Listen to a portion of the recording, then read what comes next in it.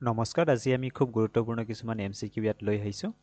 ইয়াত আন্দামান আৰু লক্ষদ্বীপৰ সম্পৰ্কে কিছুমান গুৰুত্বপূৰ্ণ এমচিকিউ থকাৰ লগতে আন বহুতো ইম্পৰ্টেণ্ট এমচিকিউ ইয়াত পাব পোনে পোনে প্ৰশ্নসমূহ ইয়াত প্ৰথম প্ৰশ্নটিত সুধিছে in which one of the following union territories do people of the Onge tribe live এই অংগী জনজাতিৰ যিখিনি মানুহ এই মানুহখিনি কোনটো ইউনিয়ন টেৰিটৰিত থাকে বুলি কৈছে ইয়াত আন্দামান নিকোবৰ আছে দাদ্ৰা নগৰ হাভেলী দমন দিউ এণ্ড লক্ষদ্বীপ এই অংগী জনজাতি থাকে আন্দামান নিকোবৰত এই আঞ্জিৰ লগতে আৰু এটা ট্ৰাইব থাকে যাক জাৰুৱা বুলি কোৱা হয় জাৰুৱা ট্ৰাইব এই জাৰুৱা ট্ৰাইবটোও আন্দামান নিকোবৰতে বিলং কৰে right next question among the union territories which has the highest লিটাৰেচি rate চবতকৈ বেছি লিটাৰেচি ৰেট কোনখন ইউনিয়ন টেৰিটৰিত পোৱা যায় লক্ষদ্বীপ পুডুচেৰী দিল্লী দমন দিউ ইয়াত বহুতে দিল্লী বুলি মাৰিব পাৰে দেই দিল্লীখন যিহেতু উন্নত জেগা হয় কেপিটেল চিটি হয় but correct answer will be লক্ষদ্বীপৰ যিটো পাৰ্চেণ্টেজ সেয়া হৈছে 91.85 ৰাইট ইট ইজ মোৰ then Delhi next question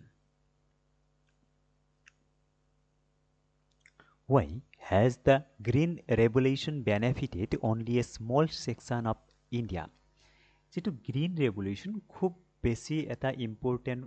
for economy অৰ্থনীতিৰ কাৰণে এটা খুব বেছি ইম্পৰ্টেণ্ট ৰিভলিউশ্যন আছিল গ্ৰীণ ৰিভলিউশ্যন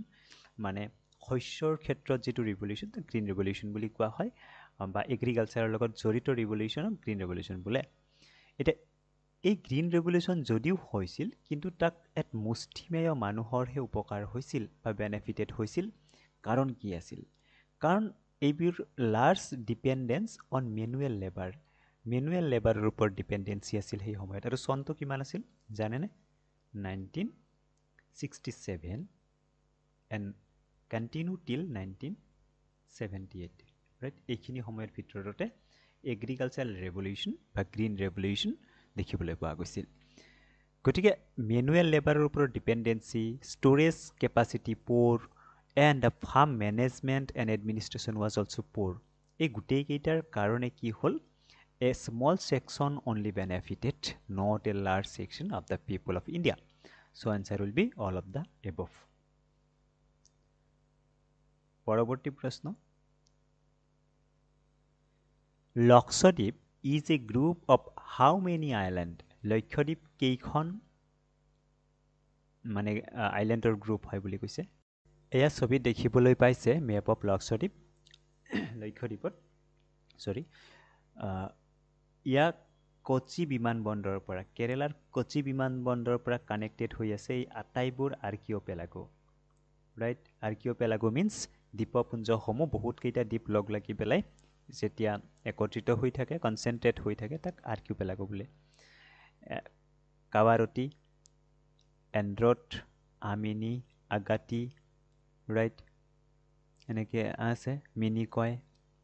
এইকেইটা খুব ইম্পৰ্টেণ্ট মিনিকয় এইটো ইনহেবিটেণ্ট এইটো ইম্পৰ্টেণ্ট নিউজত আহি থাকে ইয়াত ইনহেবিটেণ্ট হয়তো মানুহ থাকিব পাৰে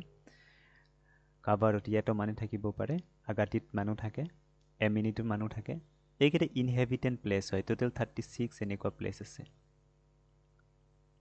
প্লেচ মিনছ এনেকুৱা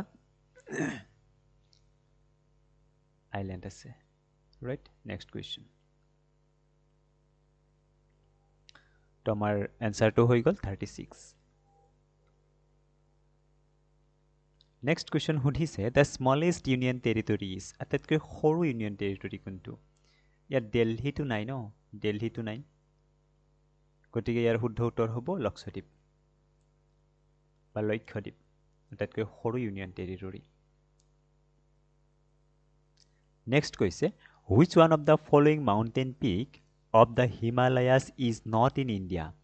কৈছে যে ইয়াত মাউণ্টেইন পিক দিয়া আছে Annapurna mountain peak Nanda Devi mountain peak mount Kamet mountain peak Nanga Parbat mountain পিক কিন্তু কোনটো হিমালয়া মাউণ্টেইন ইণ্ডিয়াত নপৰে এইটোৰ এই অন্নপূৰ্ণা যিটো মাউণ্টেইন এইটো নেপালত পৰে ই ভাৰতৰ অংশ নহয়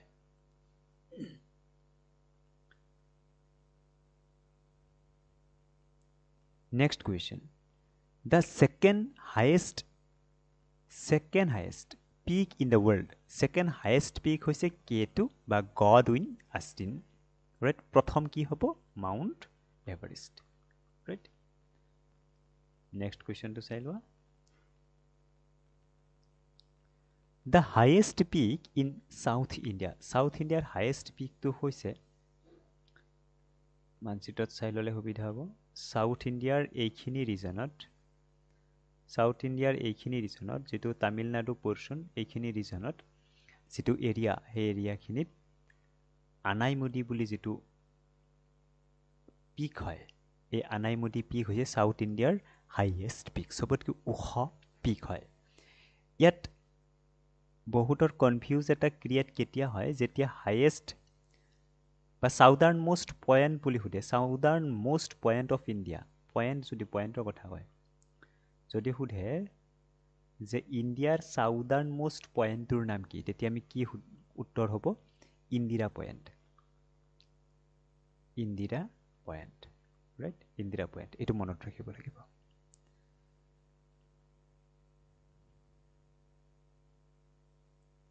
which of the following is the main difference between western ghat and eastern ghat western ghat আৰু eastern ghator যেটো difference এটো কেনেকুৱা এটো ক'ব দিছে eastern ghat আৰু western ghator difference টো হৈছে কি eastern ghat এই দৰে continue downward movement কৰি পেলাই নীলগিৰি ৰেঞ্জত লগ লাগেহি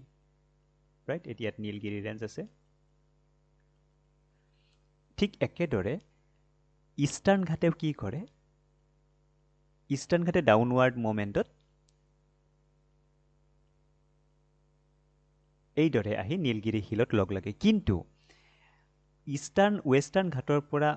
অৰিজিনেট হোৱা নদীবোৰে ইষ্টাৰ্ণ ঘাট পাৰ হৈ ইষ্টাৰ্ণ ঘাট এইদৰে খহাই লৈ যায় আৰু মাজে মাজে ডিসকণ্টিনিউৱাছ কৰে এইটো যিদৰে কণ্টিনিউৱাছ ই কণ্টিনিউৱাছ নহয় গতিকে ইয়াৰ ডিফাৰেন্সটো হৈছে কণ্টিনিউটি এটো বানান ভুল হৈছে ওয়ার্ডটো স্পেলিং মিস্টেক হৈছে এটো কন্টিনিউটি হ'ব সি ও এন কন্টি T I N U I T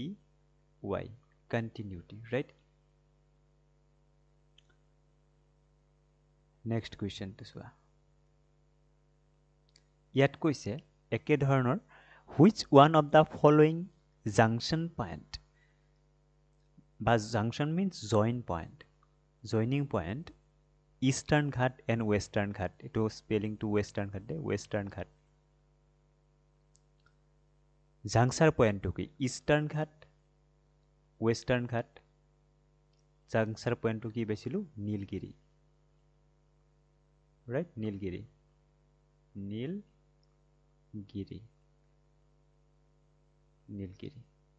ঠিক আছে গতিকে নীলগিৰি হিল হৈছে জাংচাৰ পয়েন্ট ৰাইট